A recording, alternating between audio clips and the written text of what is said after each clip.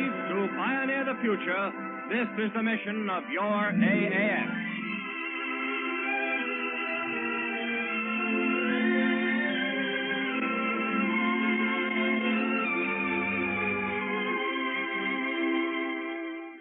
The Army Air Forces, in cooperation with the American Broadcasting Company, presents Your AAF, a weekly report to the American people on its continuing operations throughout the world today and its adventures in research which are pioneering for your better world tomorrow.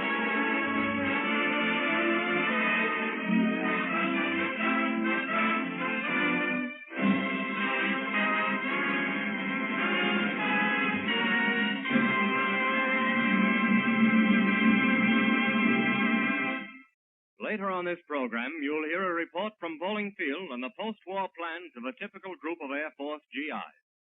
But for the moment, it's the all-soldier orchestra of the AAF with one post-war plan that every GI wife and sweetheart will subscribe to.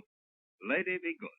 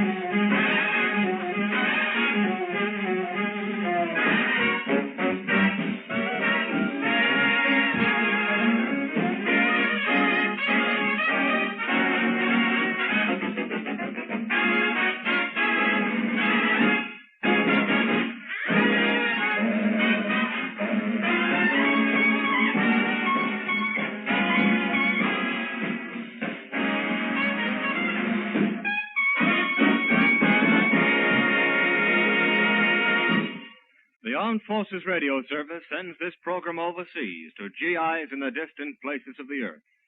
For them and for you, Sergeant Bob Carroll comes up with a song that already is jingling the jukeboxes from Main Street to Manila. That's for me.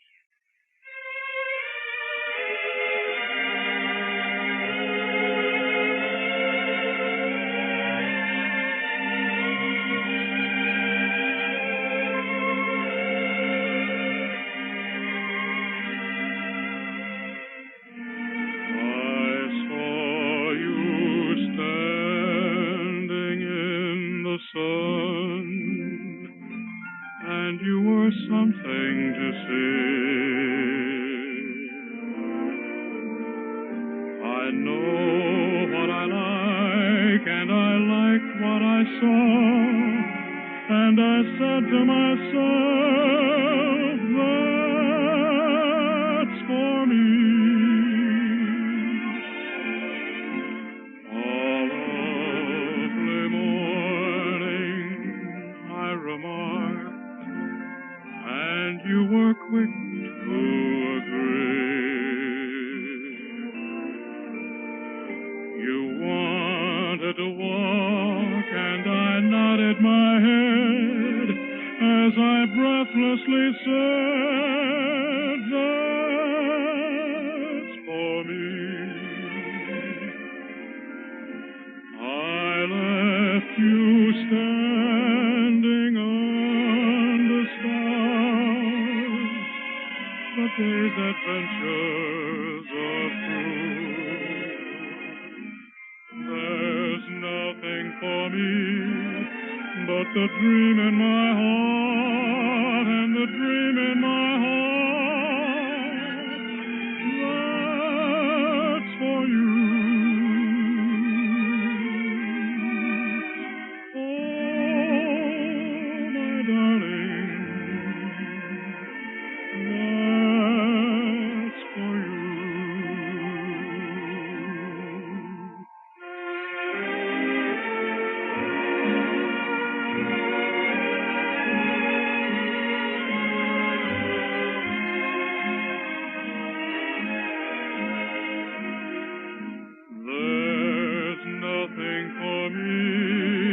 The dream in my heart, and the dream in my heart,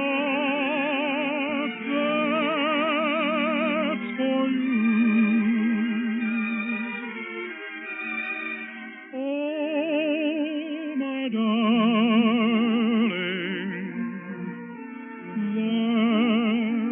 that's for you.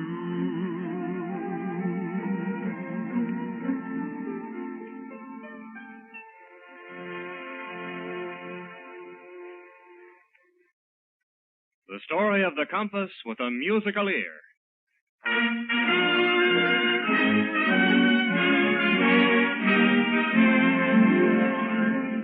During the war in Europe, many a radio-wise listener in the United States got his nightly tip-off on Allied bombing targets with the bulletin from London that radio stations in Hamburg or Bremen or Berlin had gone off the air. The reason for this radio blackout was an Allied weapon of war which now has tremendous peacetime value, the radio compass. For an exciting demonstration of the radio compass in action, we take you by Army wire recorder to a C-45 transport somewhere in the skies of Ohio. Go ahead, Captain Bob Van Camp. This is your AAF reporter, Captain Bob Van Camp, speaking by wire recorder from the pilot's compartment of a C-45 airplane 3,000 feet above the Earth. We've been flying for 25 minutes now without paying any attention to our direction of flight. Our plane is circling in a huge pattern somewhere out from Wright Field near Dayton, Ohio. We don't know our exact location, but in just a moment our pilot, Lieutenant Ross Spence of Emporium, Pennsylvania, will head back for Wright Field, finding his way accurately by means of a radio compass. No other direction finder will be used. This radio compass is one of the many wartime developments which are making both military and civilian aviation safer and easier. Lieutenant Spence, suppose you tell us just how this radio compass works. It operates electronically. Just tune in a radio station on this dial right here. Same way you tune in your favorite program at home. You automatically get a directional reading on this compass. You mean the needle of the compass points in the direction of the radio station to which you're listening? That's it. During the war, the RAF bombers used to tune in on Radio Berlin, and their compass would guide them straight to the Nazi capital. That's pretty tricky. Not tricky, just a good piece of equipment. You see, 0 degrees on the compass indicates the direction in which we're flying. When we tune in a radio station, the direction of the station will be shown by this pointer of the compass. When the two coincide, the pointer indicates 0, then we'll be on the beam. Suppose we pick a station now in Dayton, Ohio, so we can head back for Wright Field.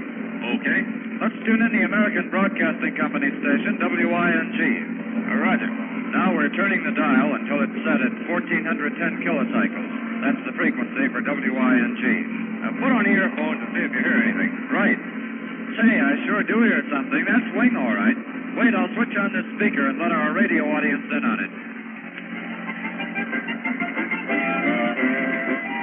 That's it, all right. Now watch the pointer on the compass. It shows 10 degrees. That means Dayton, Ohio is 10 degrees to our north. I'll change the course 10 degrees and we'll be headed straight for Dayton and Wright Field. Tell me, Lieutenant, how does this radio compass compare with the magnetic compass? It beats it a mile. A magnetic compass gives only one reading. Take it or leave it. But with this radio compass, we can tune in on several radio stations and determine the position of this plane at any time. Then the radio compass should be of great use to commercial airline pilots. You bet. It takes a lot of the guesswork out of flying. Well, thanks, Lieutenant Spence. So there you have an actual flight demonstration of the radio compass, a joint development of the Electronics Subdivision, Air Technical Service Command, and American Industry. From our C-45, as it heads straight for Dayton, guided by a safe and sure radio direction finder, this is Captain Bob Van Camp returning you to your AAF in New York.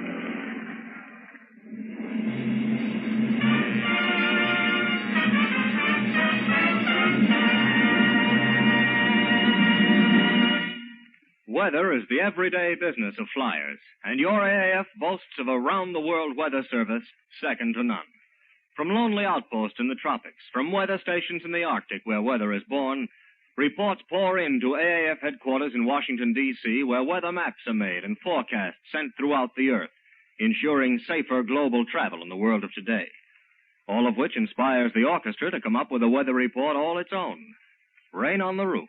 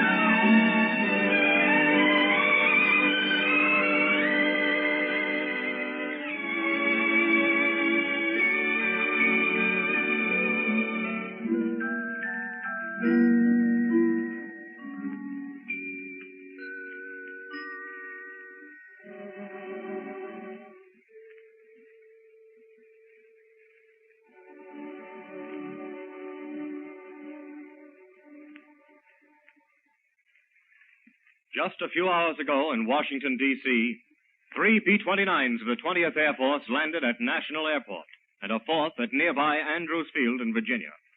They flew non-stop from Sapporo, Hokkaido, northernmost Japanese home island, to our nation's capital in just 27 hours and 30 minutes. General Ira C. Aker, Deputy Commander of the American Air Forces, was on hand to greet the first Superfort to land, the Fluffy Fuzz IV, commanded by Brigadier General Frank A. Armstrong, Jr. The route these pioneer airmen traveled was by way of the Great Circle course: Argatu, Kodiak, Sitka, Alaska, Fort St. John, Winnipeg, Detroit, and then eastward to Washington. This is a flight which makes aviation history once again and helps every American to realize that the world of the future is finally here at hand. When the men of the AAF want to throw a very special hand salute, they call it throwing a highball. A highball is a token of pride and respect. And so to the men who manned these planes, tonight your AAF says happy landings and throws a highball.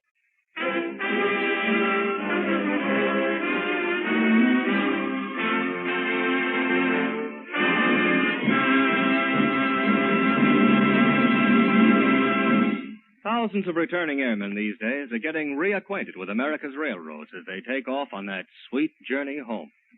North, south, east, and west, the names of the great transcontinental lines are names to make music.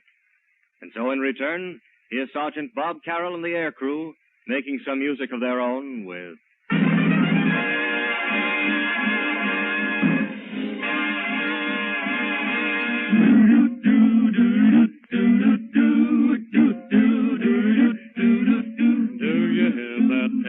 Down the line, figure that it's engine number 49. She's the only one that'll sound that way. On the Edson Topeka, Santa Fe. See the old smoke rising round the bend. I reckon that she knows she's gonna meet a friend. Folks around these parts get the time of day. From the Edson Topeka, the Santa Fe. Here she comes.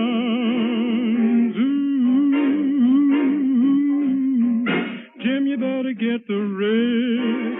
Ooh. She's got a list of passengers that's pretty big, and they all want lifts to Brown's Hotel. 'Cause lots of them been traveling for quite a spell, all the way from Philadelphia on the Atchison, Topeka, and the Santa Fe. The Atchison, Topeka, and the Santa Fe. Do you hear that whistle down the line? Figure that it's engine 49, the only one that'll sound that way. On the Atchison, Topeka, and the Santa Fe.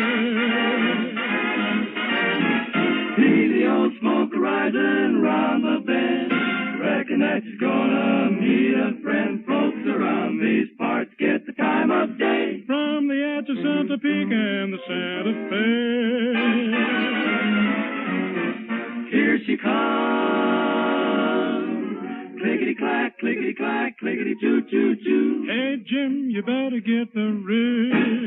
Chugging along, singing a song, clickety-choo-choo-choo. She's got a list of passengers that's pretty big. And they all want lifts to Brown's Hotel. Because lots of them been traveling for quite a spell. All the way from Philadelphia. On the Atchison, Topeka. Santa Fe. On the Atchison, Topeka. Santa Fe. Atchison. Topeka and the Santa Fe.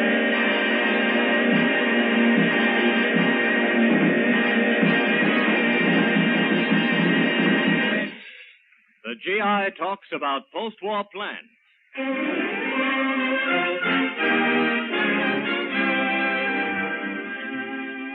By the millions, America's men went to war, gave up their normal civilian pursuits for a way of life they had never known before. Now that our men are pouring back, what effect has military service had on their plans for the future? Will they want to return to their former occupations? Will some of them choose to remain in the Army? For a cross-section of GI opinion on this question, we take you by Army wire recorder to Bowling Field. Come in, Captain Howard Finch. This is your AAF reporter, Captain Howard Finch, speaking to you from Bowling Field, Washington, D.C.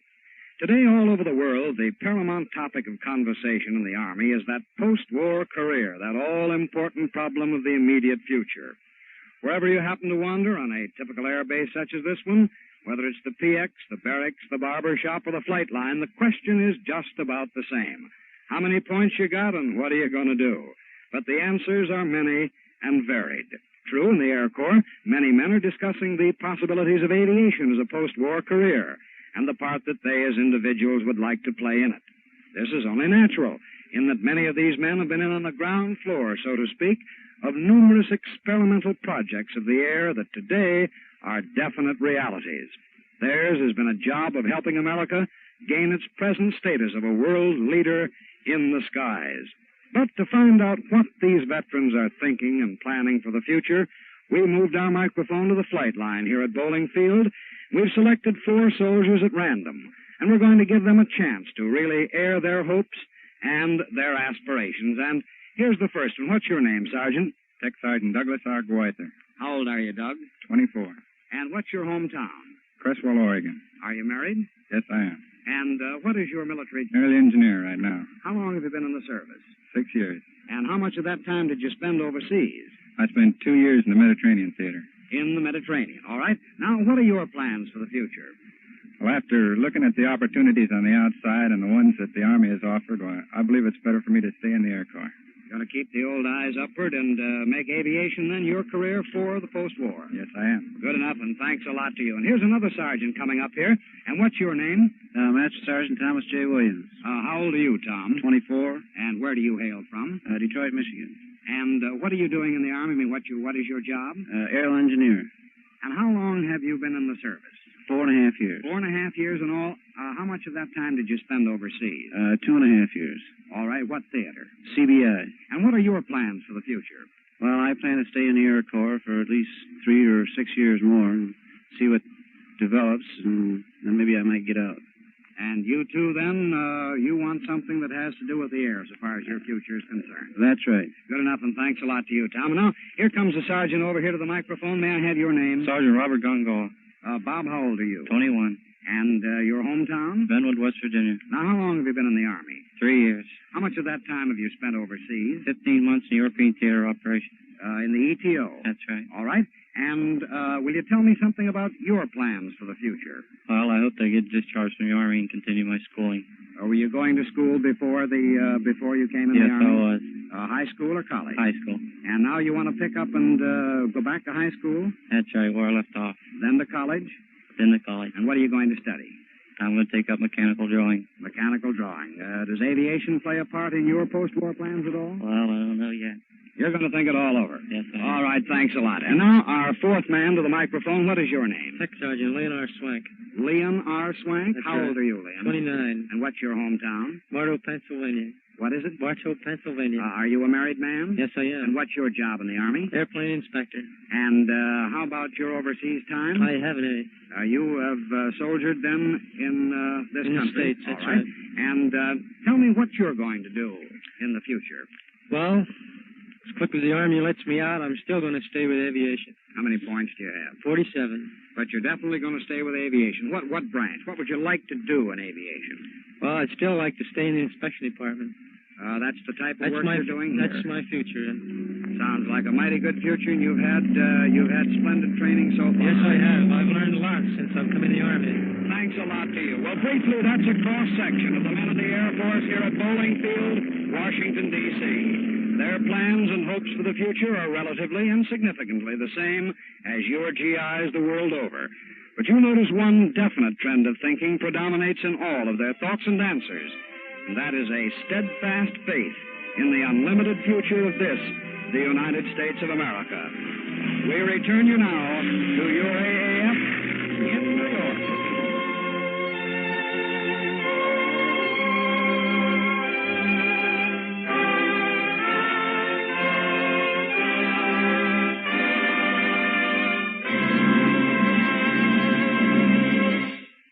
To the Great Smokies and to the Valley of the Mississippi, to the rolling farms of New England and the sidewalks of New York, the American soldier is coming home. And with him, he is bringing his faith in America. Right now, America is being asked to reaffirm its faith in him as one more installment comes due on the financial price of victory. A great victory loan drive is in progress. $11 billion are needed now to pay for care of the wounded, to maintain our armies of occupation, to help make possible the education, the loans, the helping hand we've promised the American veteran under the GI Bill of Rights. And the bonds you have started buying today are the last installment on America's insurance for the future.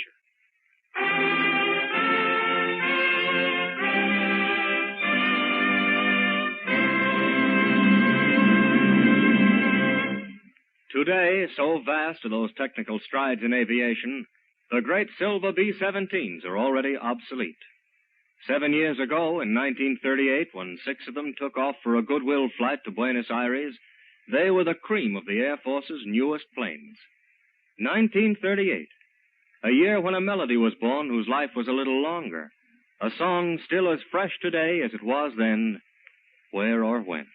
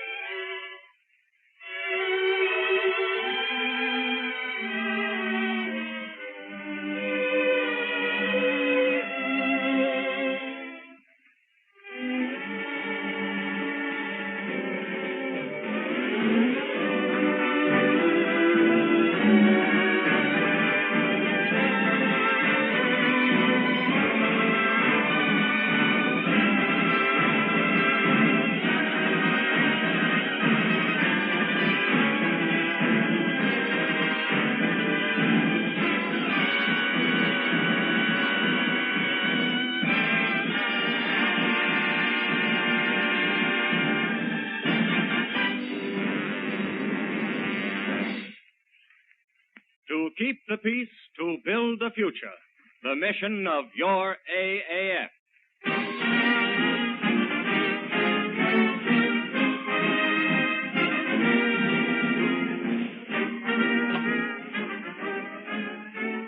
You have been listening to the official program of the Army Air Forces, your AAF. Join us next week for another first-hand report on your Army Air Forces.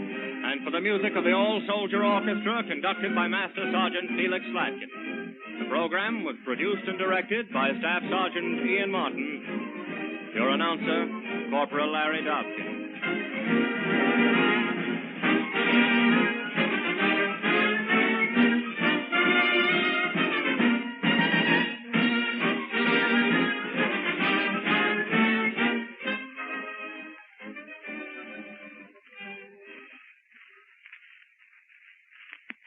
This is the American